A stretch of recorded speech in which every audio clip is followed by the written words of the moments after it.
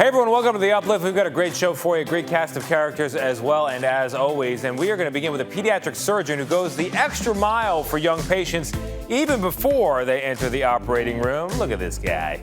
Also, a resilient ballerina, many of them in fact in Ukraine, who are still dancing despite the war. And a basketball player who is a star on the court but also a role model when he's not on the court. And a bus driver who became a hero for a child with autism. What he did to save this little boy's life. We'll get into it. Plus, meet a man known as an honorary citizen of Disneyland. What he did to earn the title. We'll explain. Find out coming up. You're watching The Uplift.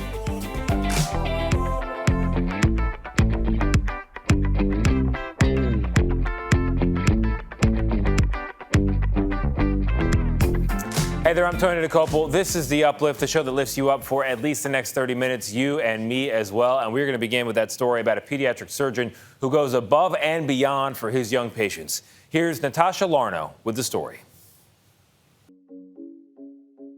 Heading into surgery without their parents can be scary for kids. But pediatric surgeon Dr. Hisham found a way to ease the anxiety of his young patients. My whole life has been dealing with children, especially the ones who are in pain, in agony, in a situation that is stressful in a way. I was searching all the time for a way that can lessen down their anxiousness, to break the ice between us, to have a pleasant time before we are put to sleep and going to surgery. Dr. Hisham says making the children smile and entertaining them before going into surgery has had tremendous benefits that he hopes have lasting impacts. The mental and psychological status of a person can totally alter or change your perception of pain because it releases endorphins from within your body, so you can respond differently to noxious stimuli or painful conditions. I got a lot of feedbacks from the families saying that because of this, our child has had a good experience with his surgery. We were even not afraid that they are leaving us at the red line and going with you to the OR. They may be leaving their parents at the door of the OR, but they're in good hands with Dr. Hisham. They are in good hands indeed. And we're going to go now to the heartwarming story, a video that shows mom LaDonna Lively celebrating birthday number 60 and receiving not one, not two, but 3 huge gifts from her 3 sons.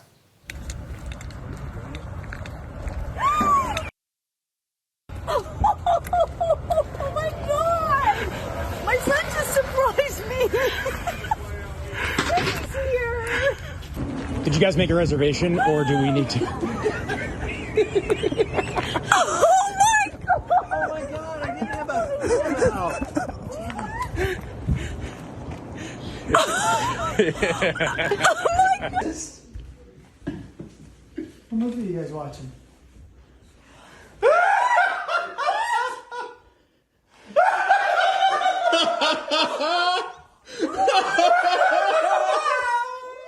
Happy birthday! I love how she's still surprised when the 3rd son shows up. Like, no one's counting on him. The other 2, the good boys. That's so sweet. So let me see if I can get this straight. Her sons flew in to Nashville, one from California, one from Texas, and one from Chicago, Illinois, to surprise her one by one, completely unannounced. They had she had no idea it was coming. You can see the look on her face. She was definitely in total shock. Each and every time, every son. I guess low expectations. It's a good result anyway. Our next video shows 11-year-old Elijah, who received a gift from Make-A-Wish, a gift he had been dreaming of. You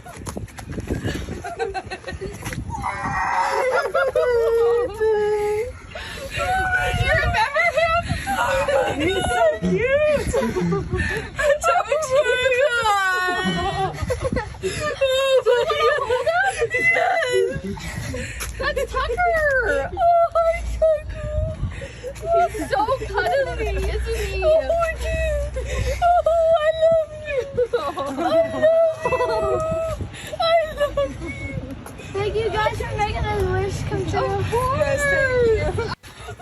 Wow. That is really, really sweet. Elijah had said he wanted a corgi rather, and he wanted a corgi named Tucker, in fact. And what you're looking at is him receiving a corgi named Tucker. That's exactly what he got. All right. Coming up, a teen hockey player organized a grand gesture on the ice for a fellow classmate, and that grand gesture went viral. What was the big surprise? We'll tell you.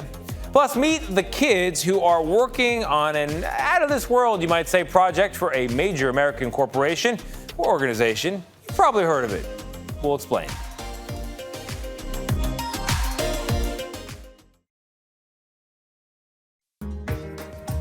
A group of high school students in Texas are working on a giant project together, but it's not a project for school. In fact, it's a project that is, you might say, out of this world. Here's Olivia Leach from our CBS Dallas station with more. It's Monday morning at Ben Barber Innovation Academy. These high school students are hard at work using highly technical machines to fabricate parts in this manufacturing class. But this isn't your ordinary school project. They're working on parts that will be used by NASA. We're building a component to a storage locker box. And the storage locker box is a part that they use to send supplies or experiments up to the astronauts at the space station. That's right, a mission destined for the stars. That would be really cool, just knowing that we're making a difference, even if it's something as small as a lid for a locker. These students are part of the NASA Hunch program, in place in 277 schools nationwide, 20 of which are here in North Texas. And we tell them that, you guys aren't just a bunch of high school students that are working on a project. You're working for NASA, you're on the NASA team. As NASA's newest team members, these students traveled to the Johnson Space Center in Houston to hand-deliver the parts they've built. It changes your perspective from that of a little enclosed, oh, this is just a grade, what if I fail, to, wow, this is going out to the space station and it's going to help astronauts store their materials and their experiments. This is a little bigger than an A+ in a class. Students are trained and mentored by NASA employees, and the parts they make are inspected and held to NASA's rigorous standards. These are not widgets and these are not paperweights. These are actual structural components that are flying to the space station. Students are told when a part they've worked on is included in a NASA launch, and they even get a photo of it in use in space. For students like Abigail Gibson, the NASA Hunch program has helped them discover new career paths they never would have considered. I feel really ready for what's going to come after high school, so that's pretty nice. And I'm getting first-hand experience of what I'm going to do for the rest of my life. Fly, rocket, fly. All right, to our next story. A high school hockey player in Minnesota recently decided to shoot his shot before a game. Here's Marielle Mose with his story.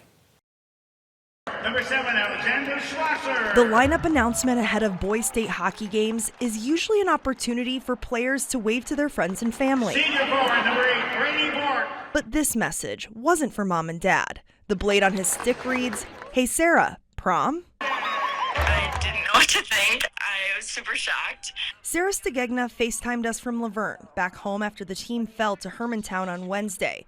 The team may have lost, but she still feels like she picked up a win. It made me happy that he was so bold with it and just went for it. I didn't really want to say it because obviously she's at the game, so she can't hear it over the Jumbotron, so it kind of had to be spelled out or else she wouldn't have known what I said. She, of course, said yes.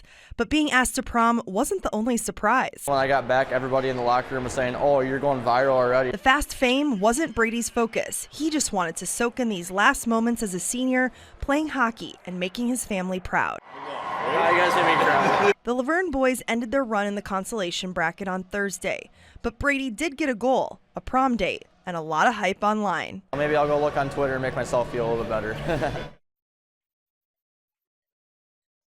Ha! That's lovely. All right, from sports to sports, coming up, no matter how the NCAA tournament turns out, this college basketball player is already a winner because of what he does off the court. Plus, in Ukraine, these ballerinas continue to dance in spite of the war, and they are sending a powerful message just by taking the stage. I mean, I think a lot of people back home, when I came, they asked me if Kiev was destroyed, and I said, absolutely not. You know, it's not destroyed, and to continue on is really the Ukrainian spirit. It's really incredible to see that. And people continuing to just not exist, but live. We're going to introduce you now to a college basketball star making a name for himself off the court as a role model. Here's Nancy Chen with the story.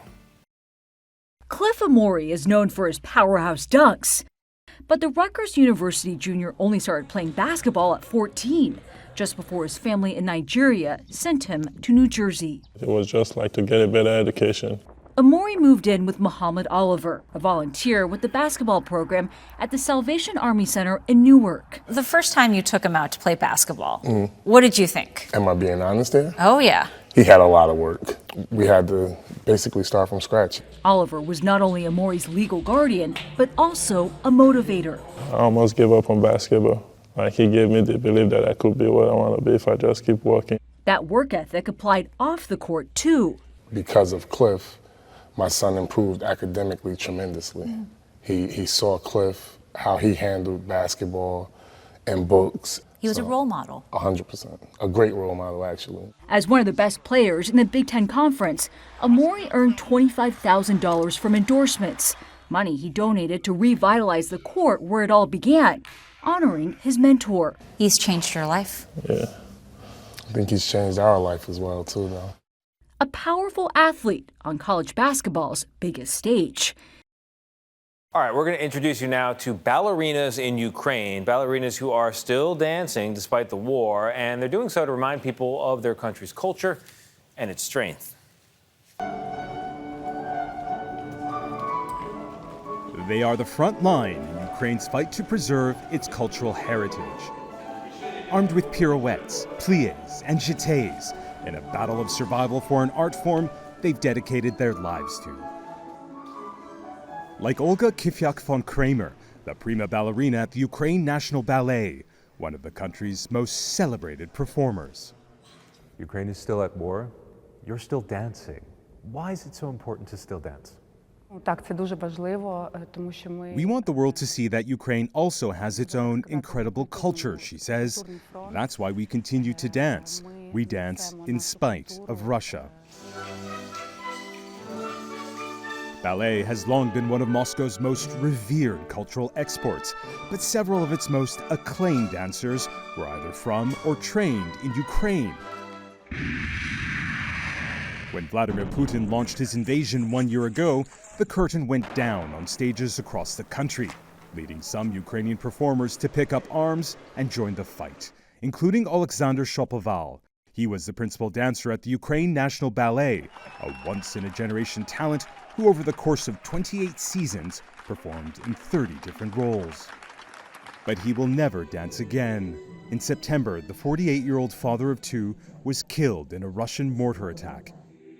His funeral was televised on Ukrainian state TV, where he was remembered as a courageous romantic. For Mikita Sukharukov, Shapoval was a mentor and friend. He's now taken over his role as the company's principal dancer, a role Sukharukov feels the weight of. How did you feel when you learned Alexander died? It was very difficult I think for all company. It was very difficult. It really brought the war here, back to this company. Yep. But here at the National Opera Theater in Kyiv, for a brief moment in time, audiences are transfixed by dazzling performances on stage. Tonight, it's the classic Don Quixote, a romantic comedy for the ages, with Sukharukov starring in the lead role. A performance attended by American Paige Vienne. Originally from Seattle, she now works as a volunteer in Kyiv. So supporting the arts for you is really an act of defiance to Russia's aggression. Yeah, I mean, I think a lot of people back home, when I came, they asked me if Kiev was destroyed, and I said, absolutely not. You know, it's not destroyed, and to continue on is really the Ukrainian spirit. It's really incredible to see that. And people continuing to just not exist, but live. But so many lives continue to be lost, including Kifyak von Kramer's brother, who died fighting in eastern Ukraine in August. Still, she says, nothing will stop her from performing. Yes, it's hard, she says, but we are Ukrainians. We are unbreakable. An unbreakable spirit on the front lines and on stage.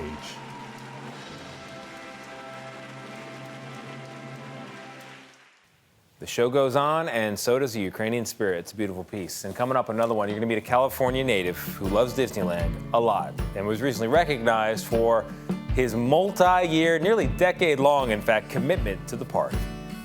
Plus, meet a Minnesota bus driver who noticed something wrong, and then sprang into action, something we don't always do. He ended up saving a boy with autism.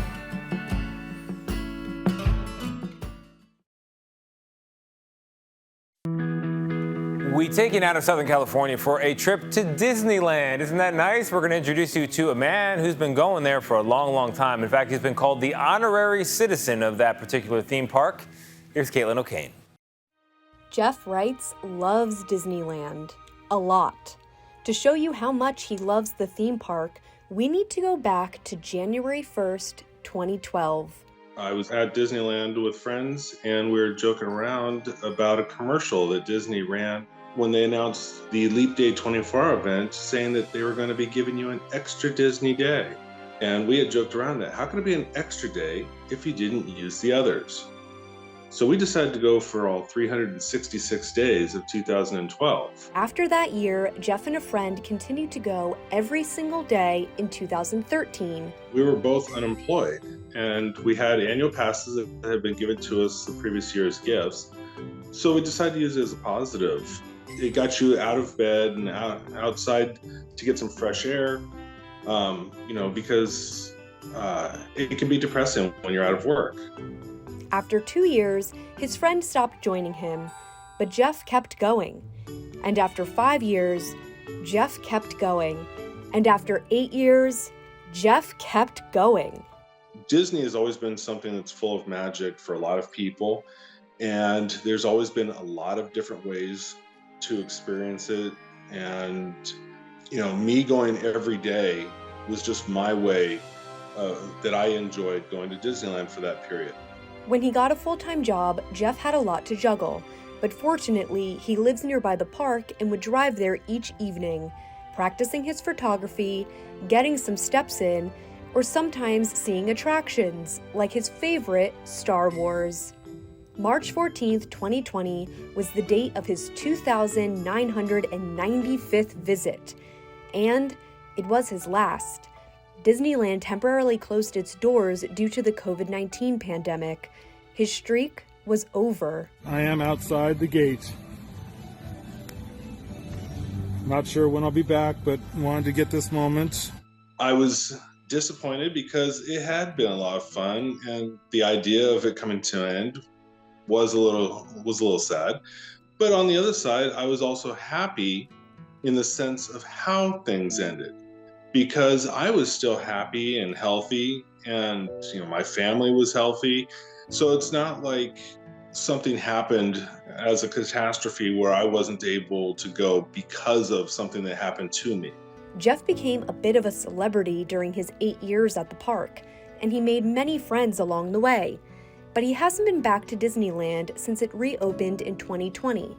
Still, those past visits were not taken in vain. He was recently contacted by Guinness World Records.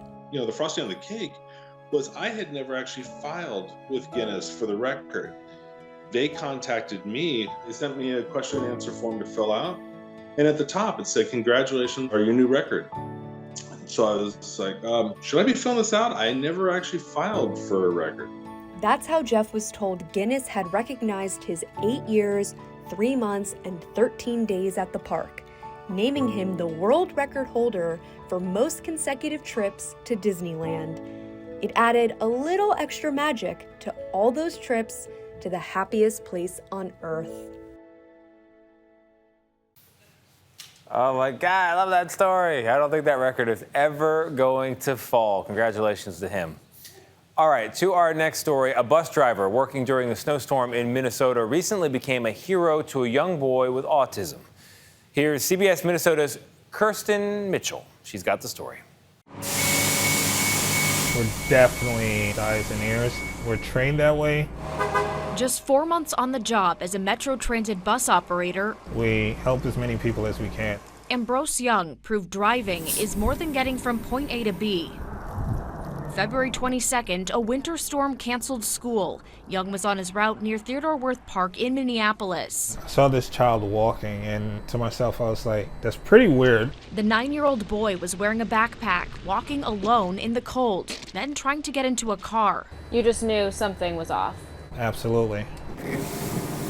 Young pulled over and got the child on board the warm bus. He noticed he was nonverbal and anxious, later learning he had autism.